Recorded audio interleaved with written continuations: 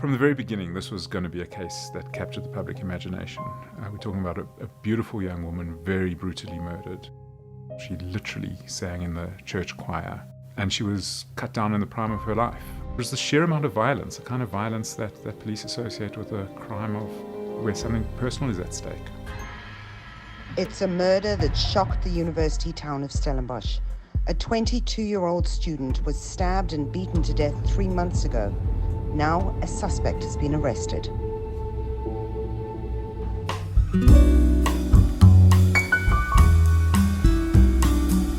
Welcome to or welcome back to our channel, and thank you for joining us here again today. Today we are talking about a case that is technically unsolved, but many believe they know who did it. But before we get into this case, I do just want to say that we may have to get our concentration caps on for this case, because it is a case that plays with our mind, and we also go back and forth with information in this case, and the ending is not exactly what you may expect. So I do just want to give our usual warning that this content is for adults only, so please just keep in mind that I do speak about some graphic details within this case. So with that being said, let's get into today's case. Intended for mature audiences only.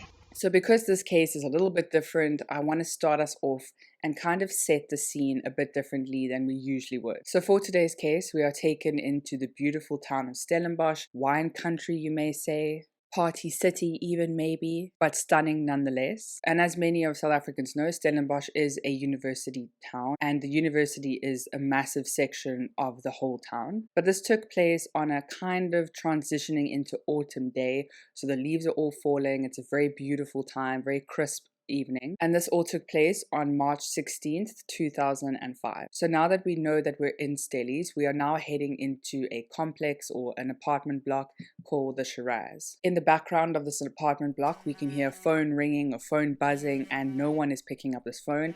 It's just buzzing away in the background. The person texting and trying to get hold of the cell phone for someone to pick up is a man named Fred. Fred van der Vyver lived around 30 minutes away from the person living in this particular flat. Fred was trying to get hold of this particular person from 10 p.m. the previous night. The person was not responding to any calls, any texts, and now Fred was getting worried. So Fred then calls one of his very close friends who lives a couple of apartments down from this person in this flat. The person that Fred contacts is named Christo Pretorius. Fred asks Christo, can you please just pop into this person's flat? They're not answering their phone. I haven't been able to get hold of them since yesterday. So of course Christo, Fred's friend, is perfectly happy to walk over to the flat and find out what's happening to this person. So Christo then gets to the front door of this said person's flat. He then tries to knock on the door, no answer. He then tries the door handle and the door's unlocked. Christo then walks into this person's flat. He's calling out their name, no answer. As Christo entered the front door, he could see the living room, so the door opened up into an open area, and he sees this person sitting on the couch upright, but with their back facing him. Christo then walks closer to this person sitting upright on the couch. He then kind of wants to touch her shoulder, but before he does, he then notices that her face is absolutely bludgeoned and she's unrecognizable. Unfortunately, the person on the couch had passed away, and her name was Inge Lotz. Christo then called the police, and the police were heading over, and the police work that happened for this case was some of the worst that we have experienced on this channel. Inge Lotz was said to be kind, compassionate, and a lady of God. Inge Lotz was incredibly close to her family, specifically her mom and dad, and her dad's name was Jan, and her mom's name was Jonita. Jan Lotz was a professor actually at the University of Stellenbosch in radiology, and Jonita, who was Inge's mom, was a physiotherapist. Jan and Jonita tried for at least a decade to fall pregnant, and eventually they actually did fall pregnant with Inge. And once they had Inge, they were like, she's absolutely perfect. So Inge was Jan and Jonita's only child. Inge was incredibly smart and very talented. She was one of the top students in the Western Cape academically, and she was good at music. She was an incredible songstress, and she was actually part of a very prestigious choir in South Africa. And Inga and her parents would often travel the world with this prestigious choir, but they would also travel the world on a more personal level. So once Inga grew up and it was now time for her to go to university, she decided to study mathematics. And she basically flew through this bachelor's degree. She also went on then to study her honors in mathematics, and then she went on to study her master's in mathematics. And Inga was basically busy with her master's in 2005. So the future was looking really, really bright for Inga. Inga was bright, she was gorgeous, and she had the world academically at her feet. Inga, also being very pretty and very smart, she had a lot of admirers, and she also had a lot of male friends. Inga's female friends would often say that when Inga was out and she would just talk to people and just flash a smile, men would kind of swoon at her feet and they would absolutely fall for Inga no matter what. So remember I kept talking about this guy named Fred who was trying to get hold of Inga the entire night? Well, who's Fred, you may ask? Well, Fred and Inga actually met back in 2004 when Fred was also studying at the University of Stellenbosch and he was studying finance. Fred grew up on a farm. This was a very lucrative farm because they sold tomatoes and they had a lot of cattle as well. So Fred grew up in the Eastern Cape on his farm, and eventually when he wanted to study, he then came to the Western Cape to study at Stellenbosch. While Fred was at school, he went to a very prestigious boarding school named Grey College, and he was also very good academically. He was a very strong academic student, but he was also a very strong sportsman as well. He played a lot of rugby and a lot of sports while he was at Grey College. As soon as they met in 2004, Inga and Fred started dating. They became very, very close and they were in a very loving relationship apparently. Inga's parents loved Fred very, very much and they supported their relationship completely, and they welcomed Fred into their home, and he was basically almost like their son-in-law. So after Fred had completed his degree, he was still at Stellenbosch taking different courses in order just to strengthen his financial degree. And while he was busy taking courses at Stellenbosch, he was actually offered a job at Old Mutual, which is an investment and insurance company here in South Africa. It's a very big organization. So like I said right in the beginning, Fred lived separately to Inga. He lived in an apartment 30 minutes away from Stellenbosch. And Fred didn't stay alone. He actually had a roommate named Marius Botha. And Marius Botha also studied at Stellenbosch. So they were basically students living away from Stellies but also working. And then Inga was at her complex, who lived near Christo Pretorius, remember? So that's how these four all interacted. They're all friends, but Inga and Fred are dating. Okay. I don't know if it's just me that needs my concentration cap on or if like everyone needs their concentration cap on, because there's so many names and people in a story. But anyway, I must not go babbling again as I usually do. So as I said earlier, Inga was very close to her parents, but she was specifically very close to her mom. And every time Inga would get up in the morning or once she was ready, she would then give her mom a missed call on her cell phone. Her mom would then call her back in like 10 minutes or almost immediately. Sometimes it depends what she was doing. But every day Inga would send a missed call to her mom, and every day they would chat. And they would chat about things like how the day was going, what Inga's supposed to do that day, or how her day had already gone. And Inga would also send her this missed call just to let her mom know that she's safe, because Inga was Juanita's only child and she just wanted to know that her daughter was okay, and this was their deal, that she would send her a missed call every day. So a couple of days before the 16th of March 2005, so a few days before Inga was found on the couch sitting upright, she would go to her parents like usual on the weekends. She would have a swim with her dogs, and sometimes they would braai, sometimes they would just have lunch, but she would always be at her parents on the weekend. So Inga had just gotten out of the pool. She then put on like a thin spaghetti top and a pair of shorts. She still had her bikini on, and then she went to sit by her mom and they were having some tea. While Juanita's busy talking to Inga, she notices a lot of bruises on her arm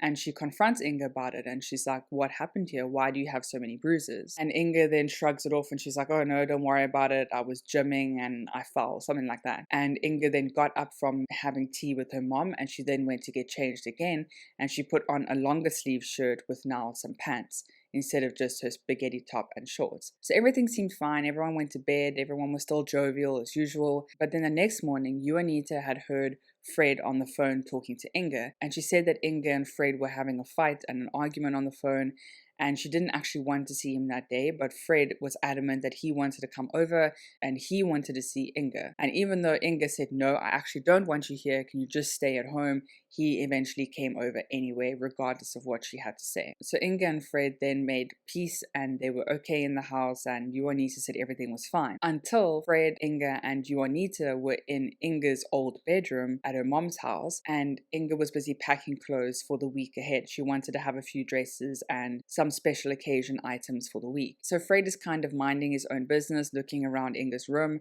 and Inga and her mom are busy looking at dresses, and she says that she wants a short cocktail dress and a dress with thin spaghetti straps which kind of went low on her chest. And when Fred saw that she was packing these dresses into her suitcase, Fred said, oh, you can only wear those dresses when I'm around. You can't just walk around Stellenbosch looking like that. Now, I do just want to put out there that religion played an incredibly important role in Fred and Inga's relationship.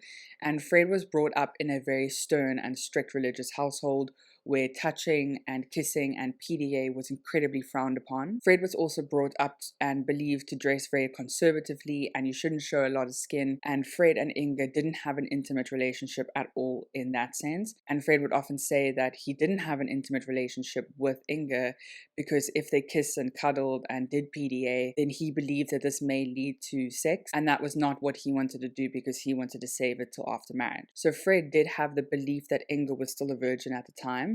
And Inga was also religious, but she had a much more relaxed approach to her religion. She was still a very devout Christian, but she didn't have an as stern and strict upbringing as Fred did. And Inga also had boyfriends prior to Fred. And now we're going to skip forward to the day before the incident. So on Tuesday, the 15th of March, 2005, Fred was at Inga's apartment, and he then just wanted to stay the night and just spend time with Inga. And another reason as to why Fred wanted to stay at Inga's flat was because he had a couple of courses at Stellenbosch University the next day, and he thought it's just convenient because Inga lives so close to Stellies that he could just then walk over instead of driving 30 minutes to get to varsity the next day. So while Fred and Inga are just kind of chilling in the flat, Fred then gets a call from one of his brothers, and Fred actually has two older brothers, and they have a very rocky and very disjointed kind of relationship. They don't get on very well. They just kind of communicate just to keep each other in the loop. But otherwise, Fred got a call from one of his brothers, Darby, to say that his wife is pregnant and they're going to expect a child. Fred was incredibly happy for his brother, but one thing led to another, and Fred and Darby then got into a fight, a rip-roaring fight on the phone, and eventually Fred hung up, and he just kind of was in a very bad mood and just moody the whole night, and he was taking it out on Inga quite a lot. Inga then decided, okay, enough's enough, I'm getting off the couch where they were sitting together, and she then went to her desk where she started working on some of her varsity stuff. Fred then got a pillow and he got some blankets, and then he decided he was going to sleep on the couch, and that was it. So the next morning, which is the 16th of March 2005, Fred and Inga get up, they have some coffee and some breakfast together, and things are still a little bit awkward. Fred hasn't really got over his moodiness from the fight the night before with his brother, and Inga's getting like really irritated with Fred. She's saying, it's actually not my fault. Why are you going on about this fight with your brother with me? And Fred and Inga have a rip-roaring fight themselves. They get into it, and Fred then says, oh, you don't love me anymore. And Inga's like, of course I love you. And Fred was like, actually, I don't think you do, because things have kind of felt off in our relationship for quite a while. And Inga said, yeah, I felt exactly the same. So where do things kind of stand between us? During this whole fight, Inga did keep saying to Fred that she does love him and she does still want to be with him, but she's not quite sure where they stand in their relationship. So then Fred suggested that because he has to go to his lecture now, they can't continue this disagreement. They can't continue talking about their feelings. And he suggested that they write it all down in a letter. They both write a letter and they then give it to each other during the course of the day. They can read their feelings completely separately and then come together with a plan or go their separate ways. So Fred now left Inga's apartment at 7:45 the morning of the 16th of March. While Fred was at his lecture, Inga then decided to write him a 2-page letter, and then at about 20 to 10, Inga then sent him a text message to say that she's going to leave her apartment now, come and drop off the 2-page letter at his lecture venue. So she was going to wait for his lecture to finish, then she was going to hand him his letter. But now, as Inga was about to leave her apartment complex, she was kind of intercepted by one of the contractors who she had completely forgotten about coming to do 2 broken tiles on her balcony, and she had organized this a while ago, but she completely forgot about it. So she said to the contractor, I'm sorry, I actually can't be here now. Can you come back later this evening? So the contractor's like, okay, I'll go do a few other jobs in Stellies and I'll come back to do the 2 tiles that are broken on your balcony later. So then when Fred left his lecture theatre at 10 a.m., Inga was there to hand him his letter. Inga then gave him his letter and she kissed him on the cheek and the two parted ways. Another friend of Fred's named Jean Menard called Fred as he was leaving his lecture venue and asked him, can you please go to a furniture store in Stellenbosch? I really need this kitchen cupboard thing. I can't make it there today. Please, can you help me out? So Fred was like, sure, he'll go pick up this kitchen cupboard thing and he will then drop it off at Jean Menard's house. So Fred then went to this furniture store. He then loaded the kitchen cupboard into the back of his bakkie, and then just after 11 a.m., Fred had then driven 47 kilometers from Stellenbosch to his workplace at Old Mutual for his workday. So Fred's now at work, which is 47 kilometers away from Inga's flat. So back in Stellenbosch, Inga then was attending some lectures with her friends and she was just going through her normal daily routine. But one of her very close friends who she attends lectures with, his name is Wimpy Boshoff, and Wimpy and Inga have now left their lecture theatre. They're now hungry. They're going to go have some lunch. Now this conversation with Wimpy at the restaurant where they're having lunch, I thought was quite relevant for later on, but before I get ahead of myself, basically Inga opened up to Wimpy to say that she believes that things are over between her and Fred, because she said that they had one hell of a fight this morning and that things are really rocky and she doesn't think that they can come back from it. But then throughout the day, text messages were flying between Inga and Fred. They were constantly in communication the entire day. Then just after 1 p.m., Fred had messaged Inga from his work, and this is what the text message said. Hey, I'm glad your lecture went well and I hope it was nice catching up with Wimpy too. Over lunch, I read your letter. Thank you very much. I will look at it again tonight when I have more time. I appreciate it. I hope you have a great afternoon too. Love you, my angel. F. Kiss, kiss. Inga then replied at 1:30 saying, had a great time with Wimpy, ! Tiling all done, miss you already, kiss, kiss. Then after this exchange of text messages, Fred went into a meeting where 6 other people were present and Fred sat next to his boss. Then just after Inga had texted Fred to say the tiling was done and the lunch date with Wimpy was good, Inga also messaged her mom to say that the tiling was done. Inga's mom then suggested, oh, let me come over, let me see if everything's fine.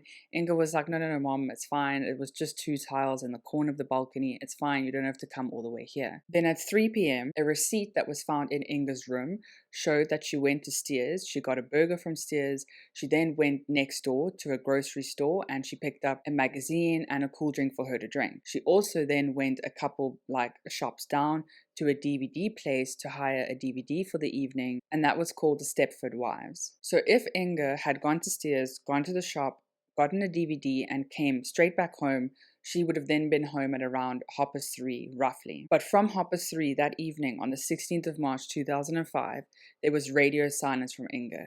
She was not sending any SMSs and she was not receiving any SMSs. There were no calls that were going out, nothing. So there was absolute radio silence from Inga. So we skip forward a few hours and it's now 5:15 on that evening. Fred then opens his laptop at work and they can see him online on the system after his meetings. He then sends some emails from work with timestamps and then he leaves work at 6:07 that evening. Fred then drove a couple of kilometers to his flat where he shared with Morris Buerter. Morris was busy watching a movie and Fred decided to join him and the two just then sat on the couch, ordered some takeaways, and they just sat there for a few hours. Then Fred and Morris decided, okay, let's actually go drop off this kitchen cupboard that we promised Jean Menard that we would do earlier the day. So Fred and Morris then get into Fred's bakkie and they then head over to Jean Menard's house. Fred, Morris and Jean then all had coffee together, and while the 3 of them were having coffee together, in walks Jean Menard's flatmate, and his name is Bram Kruger, who is actually Inga's ex-boyfriend. So we clearly have a very close circle of friends and a lot of friends that are all kind of interconnected with each other. So shortly after 8 p.m. that night, Fred then sends a text message to Inga saying, he misses her and maybe he can give her a call in about an hour's time just to talk over things. Inga didn't respond. There was no response at all. Then at 9 p.m. that night, Fred did try and call Inga, but she didn't pick up. He waited waited then 4 minutes after his initial call. So then at around just after 4 minutes past 9, Fred tries again to call Inga and there's no response. Fred knew Inga very well, obviously they were dating, and he knew that she was incredibly punctual and she was always there. So he felt that something wasn't quite right with her not answering any of his texts. But he kind of also thought, they just had this massive blowout earlier the day. Maybe she just needs some space. And he did give her space for like 40 minutes. And then he tried to text her again at 22:10. And she also then didn't respond to his text. Then around 20 minutes later at 10 p.m., Fred then messages Inga's mom, Juanita, to ask, have you actually heard anything from Inga the entire day? Juanita then said, no, I haven't heard anything from Inga. She's been completely quiet. And Juanita and Fred then said that they're kind of feeling uncomfortable about things. And so Fred and Juanita then hang up, and Fred says, something's still not right. So then he tries to call Inga one more time at about 8 minutes past 10. He tries to call her then, and she still doesn't answer. So Marius Buerta, remember Fred's flatmate, suggests maybe he contact Christo, who lives quite close to Inga, and maybe Christo can have a look to see where Inga is. So at around 10:30, Fred has called Christo to go to Inga's flat. And Fred decides that he's just not going to sit around. He's going to try and go get spare keys to Inga's flat at Juanita and Jan's home. So Fred is now driving to Inga's family home, and fate have it that morning, all the locks in the complex were changed. So the keys that Inga's family had and that Fred was on his way to go fetch wouldn't have worked anyway. But there was also the remote for the gate on the set of keys, which would have worked. But what things must have aligned for all of this to happen on the same day? So like I said, 10:30 was when Fred was heading over to Inga's family's home. And at around 25 to 11, so 10:35, was when Christo had walked into Inga's flat and had found Inga's body sitting upright on her couch. So if we go back to that scene, remember Christo had just kind of turned, he saw how bludgeoned Inga's body was, and he then called police. Christo then couldn't get hold of Fred, I assume because he was driving. Christo then called Fred's flatmate, Marius, to let him know the devastating news about what happened to Inga. So at roughly the same time that Christo was phoning Marius to let them know about what happened to Inga, Fred had just arrived at Inga's family home to get the spare keys. Christo then hangs up with Marius. Marius then tries to call Fred to say that you need to wait at Inga's family home. I need to tell you something. And Fred's like, no, it's fine. I will drive now to Inga's home. Don't worry about it. But Fred could kind of sense that Marius was keeping back something. So he asked Marius, what's wrong? Why are you not telling me now on the phone? And Marius said, just wait at Inga's family's house. I will meet you there now. Marius couldn't handle the situation that he was in, so he hung up on Fred. Fred then tries to call him back a couple minutes later. Marius answers, and he's absolutely distraught at what he has to tell his friend. So Marius didn't exactly tell Fred what was happening. He kind of just stalled and said to Fred, just go back and wait at Inga's family home.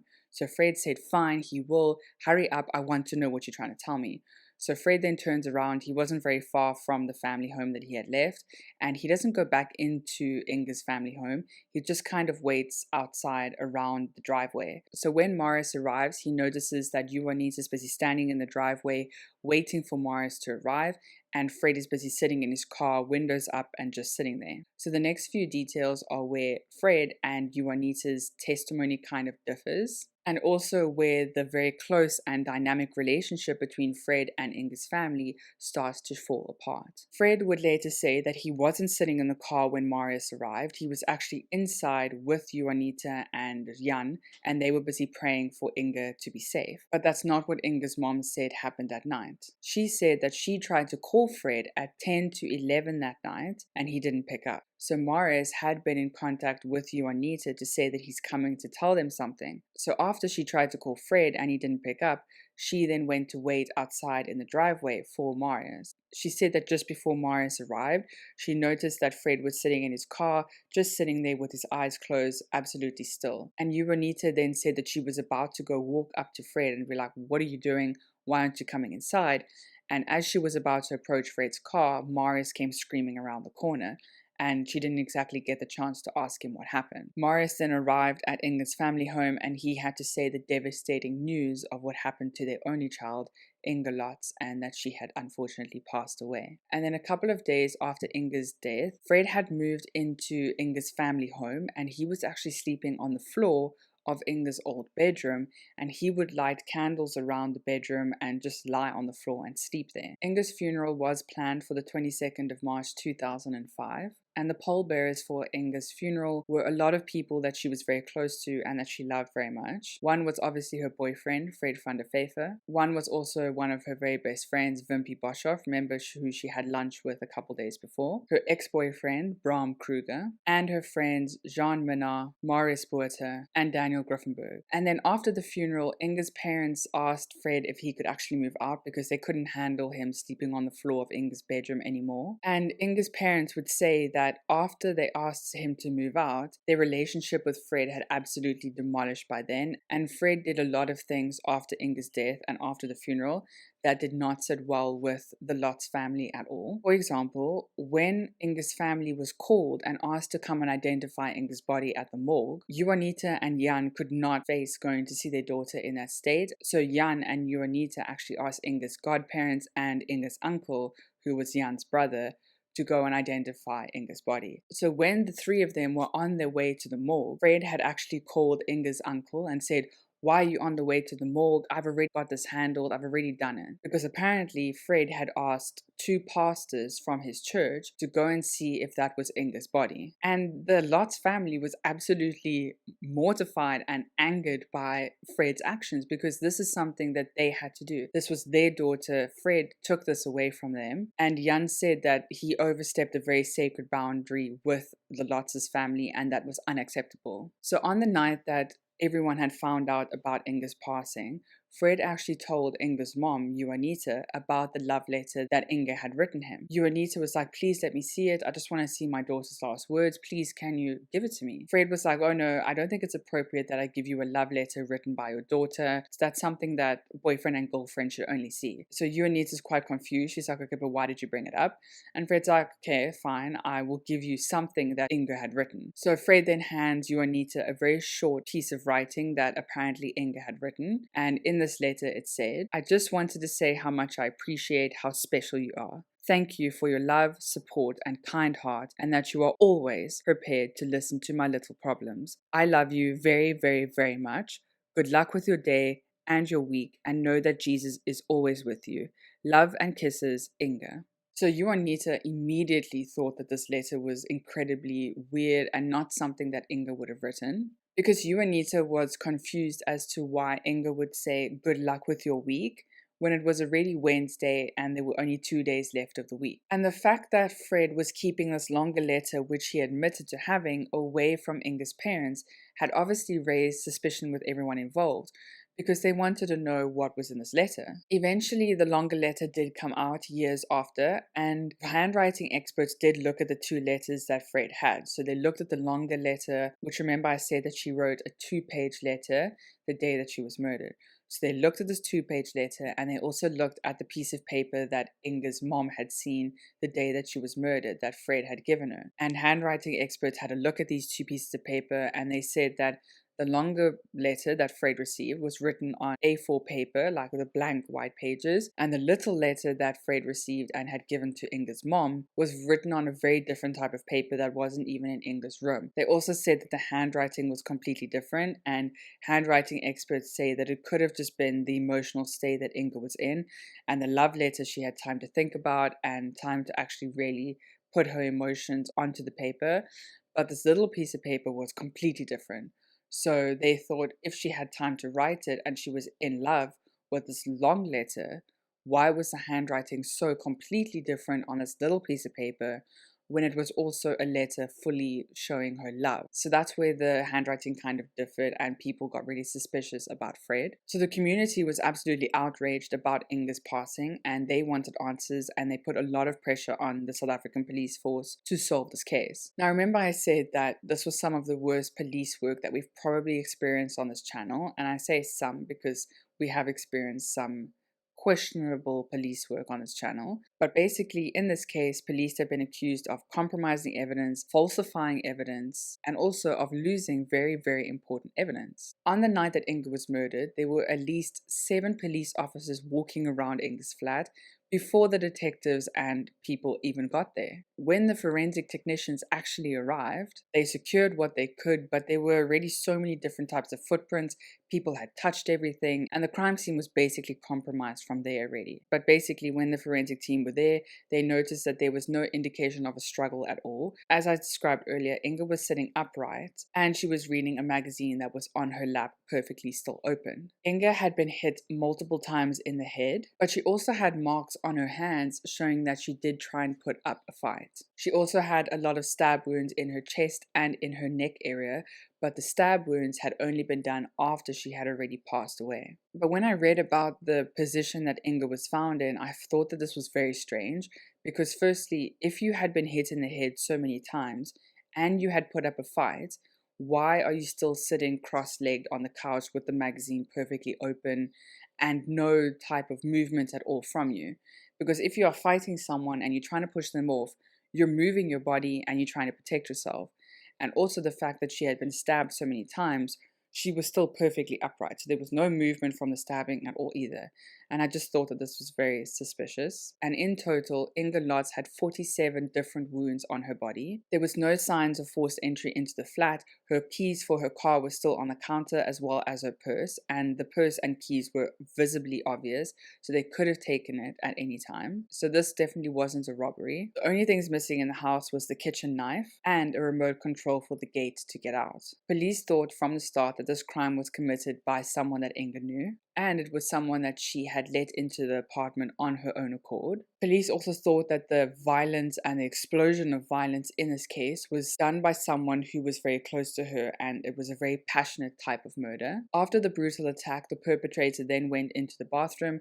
They then cleaned up, they washed their hands, and apparently the police found a bloody footprint on the floor in the bathroom. And they also found another bloody mark that didn't really look like a footprint, but what they noticed is that there was no other blood walking into the bathroom or leaving the bathroom. There was just these two bloody prints in the bathroom. On the coffee table in front of Inga was the DVD case that she had hired. Police then took some fingerprints off the DVD case. Most of them were unidentified, which I guess is to be expected because this was a DVD shop and people don't generally clean the covers of the DVD, so anyone could have touched it. Inga's autopsy also identified and proved that she was not sexually assaulted. Examination of her head wound indicated that she may have been hit with something heavy and blunt like a hammer. Then, around 2 weeks after the murder of Inga in her flat, a 17-year-old boy who lived in the area admitted that he had killed Inga. This young boy was named Vanna Karolus, and he was a known drug addict in the area, and he took a lot of tuk. Then while police were busy taking his statement, he said that he had murdered Inga firstly. Then he changed his tune and said no, he witnessed the murder of Inga, and this was because of a drug deal gone bad, and he had seen her in the window taking drugs. Vanna then said that his friend got really irritated and wanted the money from Inga, so he then went into Inga's house and he then stabbed Inga, and he noticed a lot of blood on Inga's arm. But this would not really link up with the evidence because Inga had no blood on her arm. It was just on her chest and her head. Also, Inga wasn't a drug user at all, and Vanna said that he had seen Inga being murdered on Saturday, but this was also false because Inga was murdered on Wednesday. The police did take Vanna to the area that Inga lived, and they took him to the apartment, and he couldn't point out which apartment was Inga's, and eventually after a lot of interrogation with Vanna, he then retracted his confession and said actually he had nothing to do with it, he was just really high.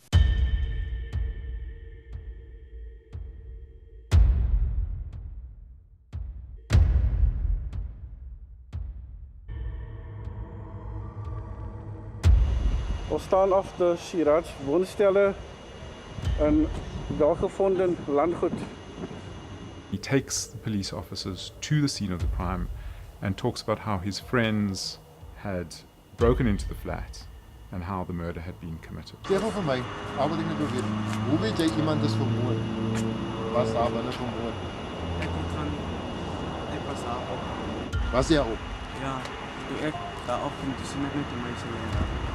Het jy gaan kyk voordat jy gehardloop het? Toe hulle hardloop, toe ek nie verstaan nie, want ek was getrek gewees. Jy was saam met wie was jy so? Ja. Okay, Jacob wie?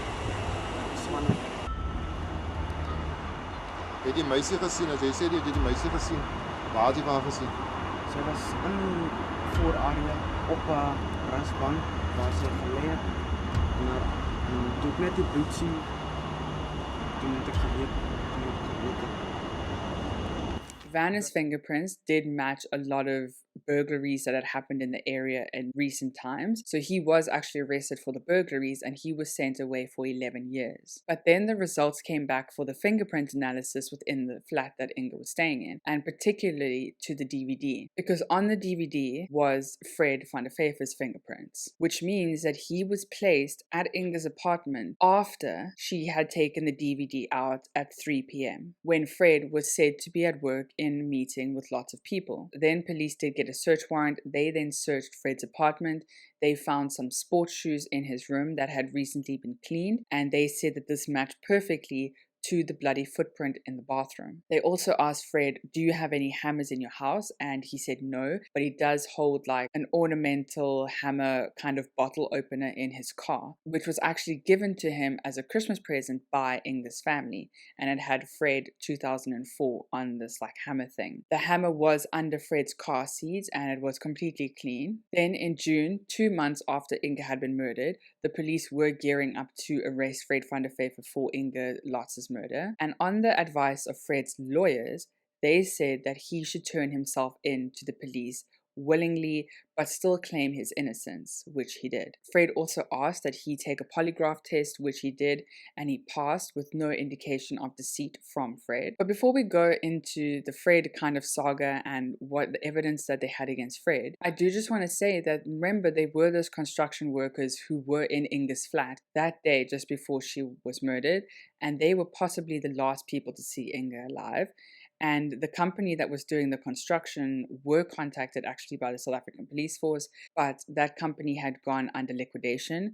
So all the workers that had been working for this company all went back to Mozambique because apparently there was some legality issues about their work permits. So they were untraceable and they were in a completely different country. So then we fast forward 2 years after Inge Lotz's murder, and now we are in the High Court of Cape Town and we are at Fred van der Veever's trial. The trial would last 9 months. And there were indications of incest, cannibalism, drug use, and also cheating, and there were absolutely absurd rumors going around. The judge presiding over this case was a judge named Judge Dion van Sale, and he had to now sift through all of this information from rumors and fact, and he had to try and figure out what happened to Inga that night. And possibly one of the most prominent and important pieces of information and evidence in this case was that fingerprint off the DVD, which placed Fred at Inga's flat after 3 p.m. on the night that she was murdered, when he said that he was at work. The South African police got an American expert, a fingerprint expert from America, to come and have a look at this piece of evidence. But the American expert said that this actually wasn't a fingerprint from a flat surface, it was a fingerprint taken from a curved surface, which means that the South African police then labeled the evidence wrong.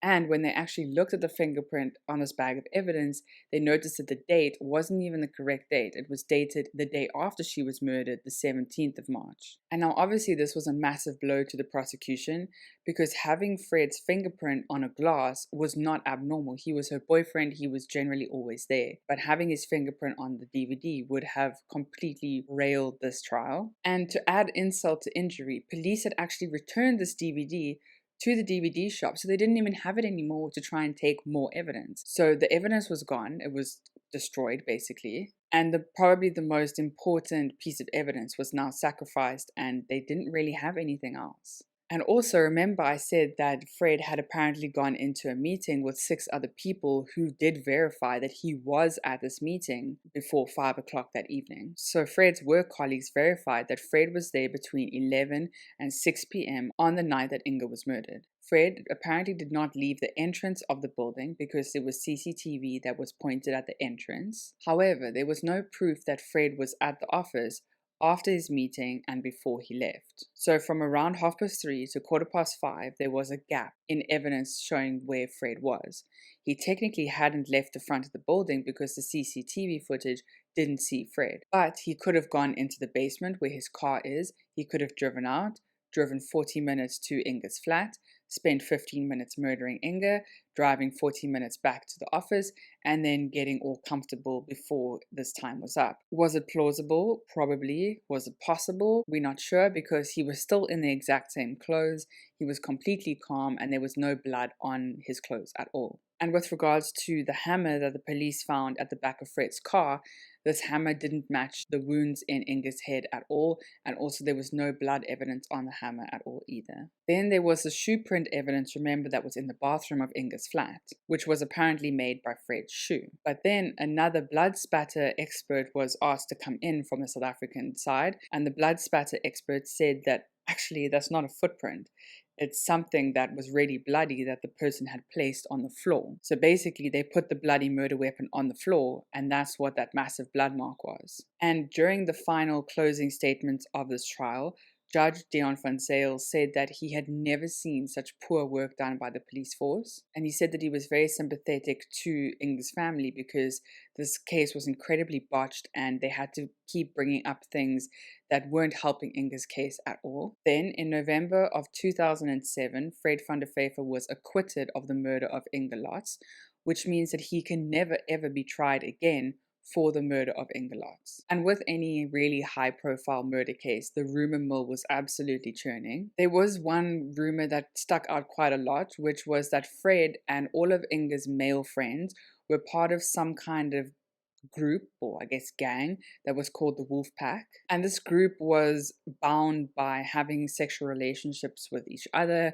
and also by constantly texting sexual references to each other. But there was no evidence of this. There was no evidence that this group even existed or that any of the group members or friends of Inge were romantically involved. But Inge Lotz's family couldn't accept the court's decision that Fred van der Vyver was innocent. And Inge Lotz's family had actually raised a civil suit against Fred van der Vyver. And they wanted to sue him for 8 million rand. And this was based on damages that he had done to the Inge Lotz family. But the strain of the legal procedures and the immense pressure and having to relive everything was really damaging on Jan and Juanita's relationship, also their mental and physical health. So they eventually dropped the civil case and they withdrew the lawsuit in May of 2009. Then, in 2010, Fred van der Vyver won a 46 million rand case against the South African police services because he had claimed malicious prosecution. But then in 2013, the Supreme Court of South Africa overturned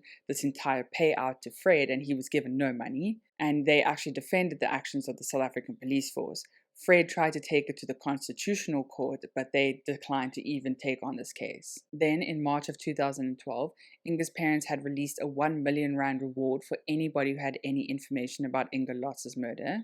In the same year, Jan Lotz had retired as a professor at the University of Stellenbosch. The private investigators wanted to re-look at the fingerprint on the DVD, and the private investigator used someone named Kobus Visser in July of 2013, who was incredibly gifted at mathematics, and Kobus had apparently used some mathematical equation to try and figure out the kind of angle that the fingerprint was on. And this is apparently all real. Like, apparently people can do that. Like, I can barely count on my fingers how much something at McDonald's is going to cost, and you have some really clever people who can do all of this. But anyway, so Kobus had actually determined and proven that the fingerprint that apparently was on a curved surface from this American expert was a lie, and he proved that this fingerprint that they found was actually from a flat surface from the DVD. So it was from the DVD, putting Fred there when he said that he was at work. So now the Lotz family wants answers and they think that they should get it from Fred. But Fred van der Vyver has basically dropped off the end of the earth. He completed his studies, he then got married, he has his own kids,